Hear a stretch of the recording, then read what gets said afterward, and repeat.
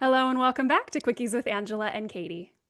I'm Angela Dawn of Authentic Heart Coaching. I'm a tantric sex coach and I help individuals and couples rewrite their sexual story. And I'm Katie Wilkinson of Katie Coaches. I teach women how to design love, relationships, and a life that serves them through pleasure, not sacrifice. So, Katie, we are almost at the end of our Playful Edges arc this season, right in the middle of our season of play. And today's episode is one I've been looking forward to for a while. Today we are talking about role play, Yeah. So, role play, like, even if you've never done it before, even if the idea once, like, makes you want to hide under a blanket. especially Yeah. then. Getting to our Yeah, edges here, maybe people. maybe this episode is for people who are a little intimidated by role play because, you know, role play has this reputation for being like a lot, costumes and scripts and commitment to a bit, right? This idea that it's very theatrical, it needs to be very actor performance oriented. Yeah. And the reality is, it is so much more accessible than that. Like, today, we're going to break it all the way down, right? So you will feel like it's accessible. So we're going to talk about what role play really is, why it works, different flavors you can try, and also how to do it safely and comfortably.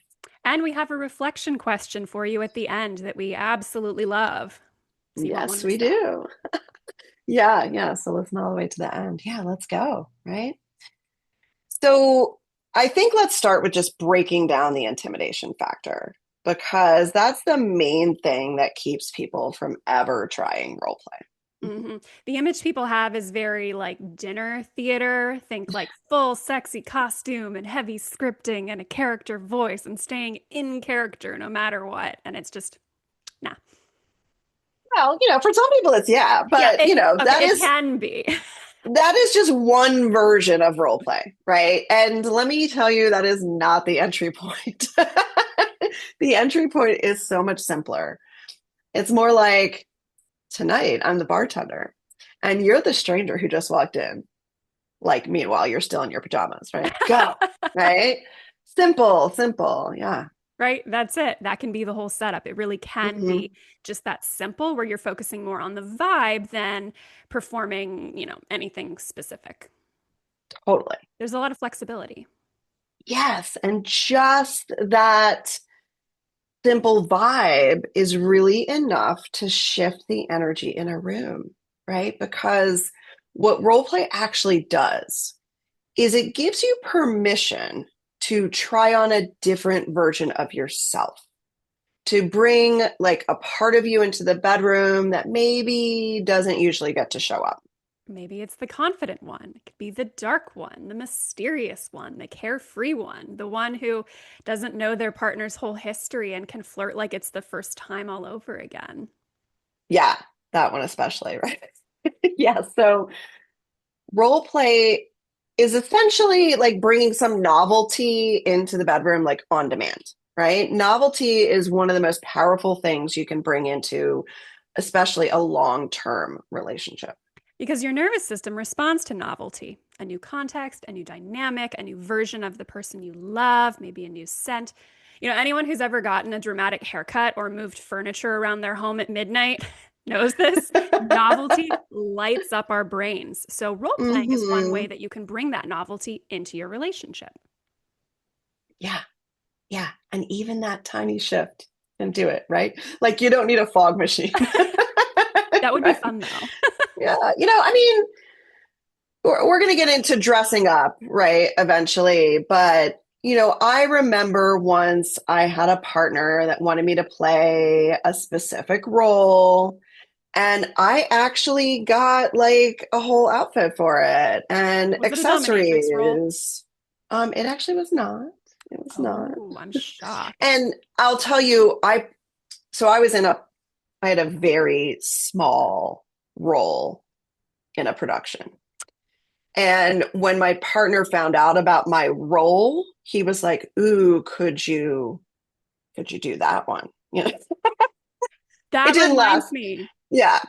Go That ahead. reminds me of a scene on The Simpsons on a very early episode where Homer gets his plow business. It gets taken away, but he still has the jacket from it. And on the end of the episode, he and his wife Marge are in bed together. And she's like, "Could you wear the jacket again?" Yes. Yes. So I love that. That's perfect. Yeah. Right. So it was kind of something that was already happening.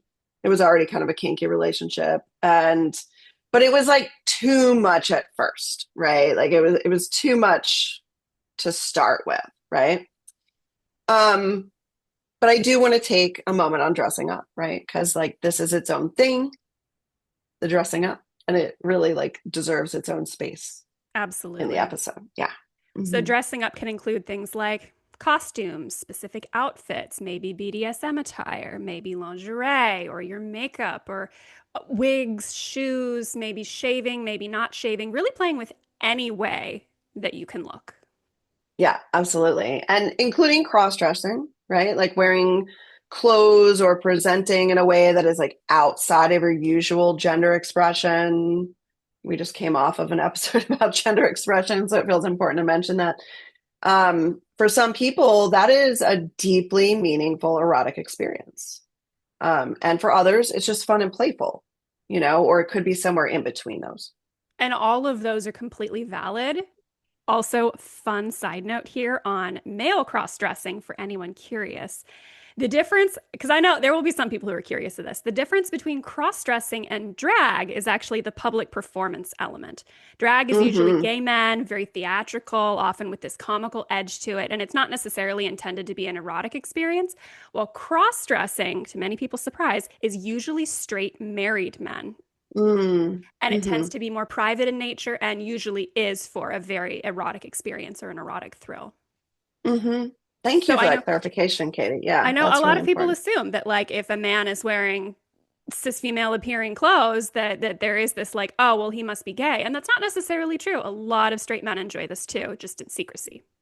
Hmm. Absolutely. Yeah. And the key thing I want to say here is that dressing up doesn't have to mean acting, right? You can put on a costume or outfit and just like let yourself feel different, let your clothes do some of the work. I think a lot of people that participate in kink or go to play parties, that's what they're doing. They have a different outfit that they wear for those occasions, and their clothes kind of help them bring out different aspects of themselves.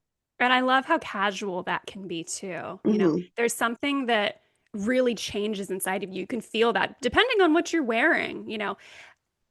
I'm sure everyone's had an experience where if you put on something extra special, extra sexy, maybe formal, whatever, and you just feel good. Like your posture shifts, your energy shifts, your attitude shifts. You carry yourself a little differently. You might even speak a little bit differently. You can feel that change just from changing the outer appearance temporarily. Absolutely, Katie. And I feel like I want to go on like 12 different tangents right here. One, there's this author and podcaster I really like, and I think I got this from her that, dressing yourself is a spell. Like the idea that, you're choosing your clothing to bring out certain aspects of yourself, right? Like if there's a way that you want to come across, I mean, we do this every day. You have a meeting, an important meeting, you're going to wear, maybe the blazer that makes you feel like $1 million, right? Or the heels that make you feel powerful or whatever it is for you. So we do this constantly throughout our lives, maybe without even noticing it, right? So bring that into the bedroom. It's also quite tantric. Katie, if you remember our curriculum back when we were studying to be coaches and we had themes for, a week or two, we were encouraged to dress the theme, I remember right? that. Yeah. It makes a difference in how you show up, right? So that alone can be the whole practice. You don't have to speak in a different voice. You don't have to have some kind of whole made up scenario, but you can if you want to, right? But sometimes just the clothing you're wearing, the outfit alone is the invitation. And that can be a lot more accessible for people too, knowing that, okay, you don't have to Hmm. orchestrate all of these other elements. Sometimes it's just as simple as wear something a little bit different and lean into Hmm. that. And if your Yeah. partner wants to dress up, or maybe they ask to see you in something a little different, that could be worth exploring with an open mind. Maybe you also have some visual requests for them too. And just in Hmm. general, so much of this does not need to be taken as seriously as people make it out to be. Like, you can tell who didn't get to play enough dress up as a kid based on how, people feel about these types of things, especially adult men now who did not grow up with the benefit of older sisters, like inviting them to wear dresses and stuff at a young age. Hmm. It's Hmm. fun. Yeah.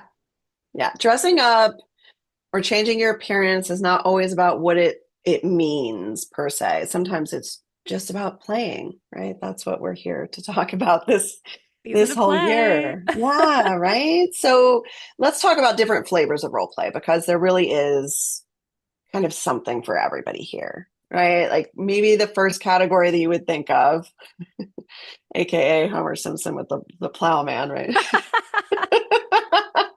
Being plowed by the plowman. Well, I was we've just got thinking that. yeah, we Couldn't got resist the pun. teacher, we've got boss, doctor, barista, detective. These all work because they come with kind of built-in power dynamics and social scripts that are really kind of easy to borrow because maybe they're even a little cliche, right? Right. And you can lean into that because you already know how the Hmm. boss or the doctor instructs, you know how the student or the employee is going to defer. You don't have to invent anything from scratch. The professional role does that heavy lifting for you. Exactly. So you can go as light or as deep as you want. You know, you called me into your office is like already a whole vibe, right? So the second category is archetypes. So these are bigger. These are more energetic in nature, like the goddess or the warrior. Um, One that maybe straddles both of these categories is the naughty librarian. You say as a And former librarian. I know, right? The teacher's pet, the cheerleader, kind of archetypal. It can also be things like the siren, the muse, the temptress, maybe the witch, maybe the vampire, the pirate, the alien, the monster, maybe the superhero. Like, you get the idea. Hmm. Yeah, Anything you can imagine, you can turn it into a role. absolutely. And again, I'm going to come back to Tantra on that one because this is a lot like bringing any universal energy into the bedroom, right? Archetypes are great because they tap into something a little deeper. You are not just playing a character. In this case, you're actually channeling an energy, right? And that can feel surprisingly freeing. Right. Because you're stepping outside of your usual identity rules and you get to try on something that's different for a little while. It's the energetic equivalent of changing your clothes specifically. You're trying Hmm. on this role and playing in it. So maybe the anxious person gets to be bold, or the caretaker gets to be a little selfish, or the shy person gets to feel pursued, or especially the overthinker gets to turn off their brain for a little while. Hmm. Hmm. Yeah, exactly. That's a big one.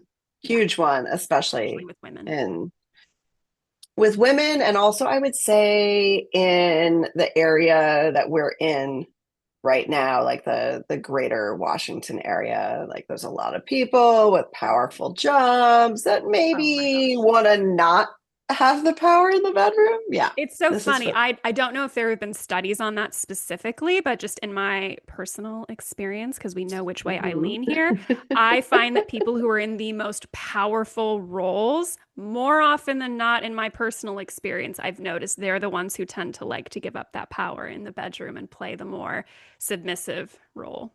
And I think that's Yeah, really fun. yeah, Not 100%. always, but I think it's But a fun when lot it of the works out that time, way. a Yeah. lot of the time, right? And these archetypes are accessible for that purpose, right? They give you permission to be kind of more of something that maybe you're not normally, like more commanding or more soft or more wild or, more devoted, right? Exactly. So, we talked about this, like the clothing kind of pulling you into a role, as it were. We talked about the second aspect for archetypes, and you're kind of channeling the energy. And the third category maybe overlaps both of these. It's just playing with vibe. So you're not like going to commit to a full scenario here. You're just shifting the tone of the evening, right? Like tonight, you're meeting me for the first time, right? Or tonight, how about I'm not your partner? I'm just someone you just met at a party, right? It's And that's it. very, very low stakes. Hmm. Yeah. And then, of course, there's a full theatrical version for those who want it, right? The script, the costume, the whole arc of a scene, which is wonderful if that's your thing. But it's not required. So don't feel like you have to go that extra edge Hmm. unless you are super turned on going that extra edge. Yeah. And, I should have brought out something from my library for show and tell. I have this book that my clients borrow regularly that's called Oral Sex They'll Never Forget. So I'll try to find it and link to it. I think Ooh, there's a men's version and a women's version, but I have the like co-ed version. very interesting. It's role play stuff centered around oral sex.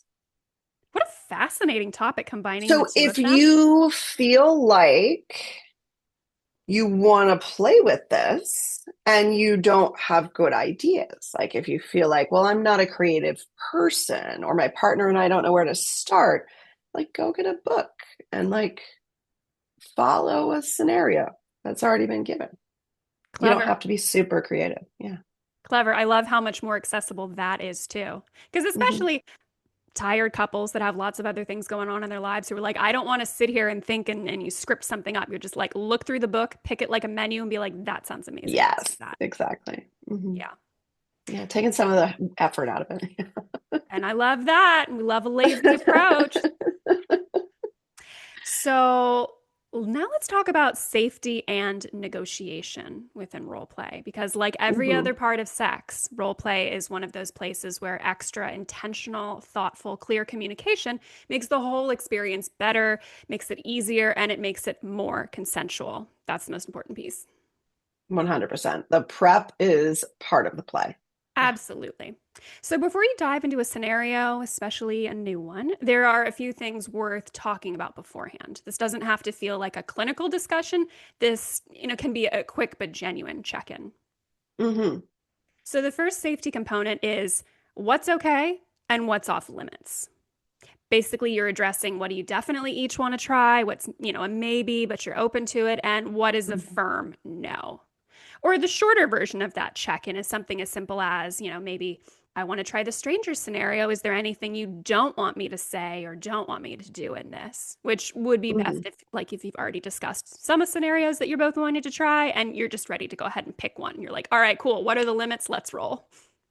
Yeah. Yeah. That one question about what's off limits can save so many missteps and really so much potential harm, right? Because consent is vital in all aspects of our sexuality. And also, sometimes you're just not in the mood for certain things. Even things that you've consented to in the past and or things that maybe you Absolutely. regularly like, but today you're just, nah, not feeling it. Very Hmm. important to have that check in. The second safety component I want to mention here is a safe word or a safe signal. This is something that means I need to pause or to stop right now. Yeah. Like, so for that, a lot of people use a traffic light system, right? Green means keep going, yellow means slow down, red means stop completely. Yeah. Some people also make up a silly phrase unique to them or to their relationship. We did have an episode talking about the secret languages of couples. This can be an element of that, like maybe Hmm. pineapple cake or something is what you say no matter what the scene is to actually stop. Hmm. But for me, like personally, I would have trouble remembering whatever the made up phrase was. So I prefer more of like a no or a stop because that always gets Mm. my attention. Now, Hmm. that doesn't necessarily work if it's couples who are playing with consensual non consent, because those words might be part of the play, part of pushing that edge instead of like actually asking to stop. So, in that scenario, you just need to think of something else. But we love a little And creativity here. Katie, yeah, maybe we did a whole episode on consensual non-consent like a We couple years did. ago. So maybe we'll put that in the show notes as well. Yeah. That's a really good idea. And so, for a nonverbal option that you can use for your signal, sound is fantastic for this. Sound options can work well, especially if you've got someone restrained or ball gagged.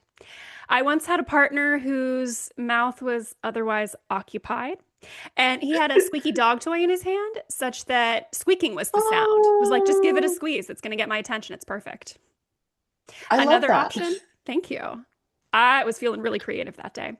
Another option is if you have like a little bell or something, as long as it's a loud one, some kind of noisy Hmm. object that whenever you drop it on the ground, that counts. Hmm.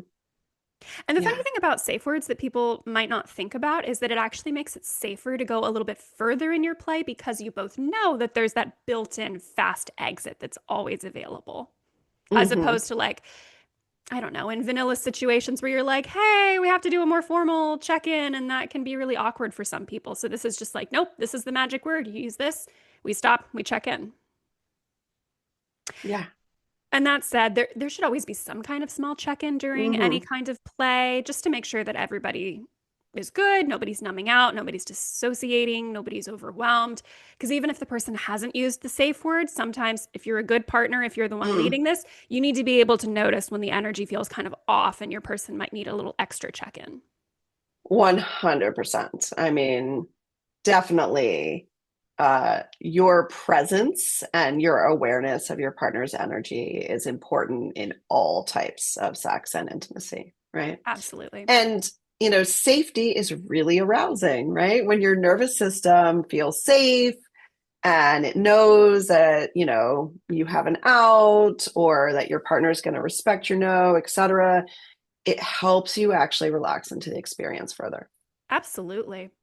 And if at any point during a scene, something doesn't feel right, go ahead and trust that. You can always step out Hmm. of it. No scene is more important than your safety, no matter how sexy Absolutely. the fantasy Yeah. is. Safety first. Hmm. Yeah.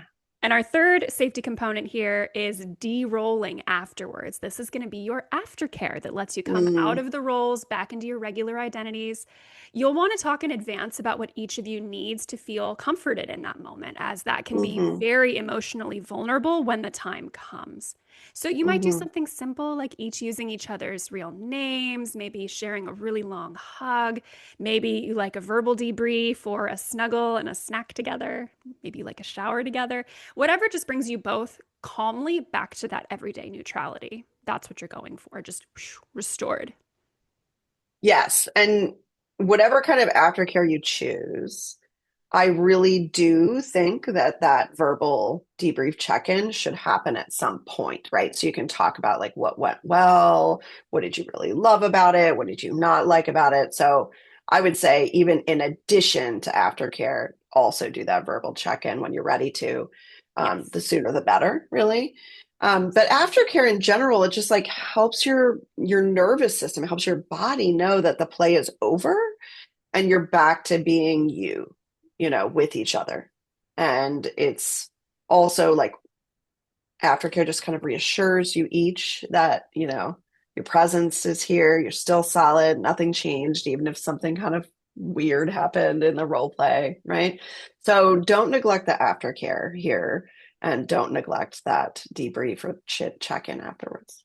Absolutely. And especially if this is a scene that involved a power dynamic or was extra emotionally charged, chances are one or both of you are going to be craving that aftercare element even Hmm. more. So it's just so much easier if that's already built into the routine. It's just something we always do afterwards, which is funny because people, this is another scenario where like BDSM, but also in real everyday vanilla Hmm. sex too, like as cliche as it is, that whole cuddling after sex, just like Hmm. the physical snuggling where you're not doing anything erotic, but you're having that skin time together. I feel like that is a very vanilla form of aftercare that people don't even realize they're doing. It's just let's cuddle, let's snuggle, Hmm. let's restore ourselves. It's the same thing. Yeah, 100%. The Yeah. And difference is that, having that explicit negotiation beforehand. right. But that come down part, whether even if it's just a simple snuggle, right? That's part of the experience. And you don't want to skip that, No. right? Okay. We covered a lot of ground. Let's start to wrap things up, Katie. Oh, but first we promised a reflection question. So let's do that. Yeah. And we love this question. All right. So the question is, if you could be anyone in bed for one night, who would you try on? Think about that. It can be a character, archetype. I would say it could be an energy of the universe. It could be a version of yourself from a different time in your life, a version of yourself that doesn't exist yet, but you'd like to try it on and you're curious about it. Mm-hmm. Go ahead and think on that. And you don't have to share your answer with anyone, but if you want to share it with your partner, which we highly encourage, that conversation can be extremely valuable to your relationship. Mm-hmm. And like if you're feeling brave, maybe you try it on, right? Even if it's just for 10 minutes, even if it's, just being silly while you're already in your pajamas. The bartender awaits. Yeah. Yes. Yes. So, as we finish up here in today's episode, we want to remind you once more that sex is play for adults, and role play is really just adult erotic imagination. So, go use yours. Yes. Use that imagination. And if you want to support, if you want like support as you explore this new kind of territory, whether it's role play or any other aspect of your erotic life, I work with individuals and couples in private sessions, and this is exactly the kind of thing we can explore together. So details are in the show notes. And if you and your partner want to build more confidence and connection in the bedroom more broadly, our on demand video class bundle, Pussy Whispering for Couples, gives you a beautiful foundation to work from. Mm-hmm.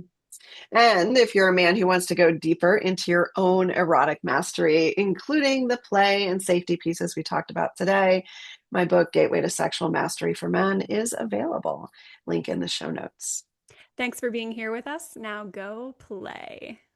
And we'll see you next time on Quickies with Angela and Caity.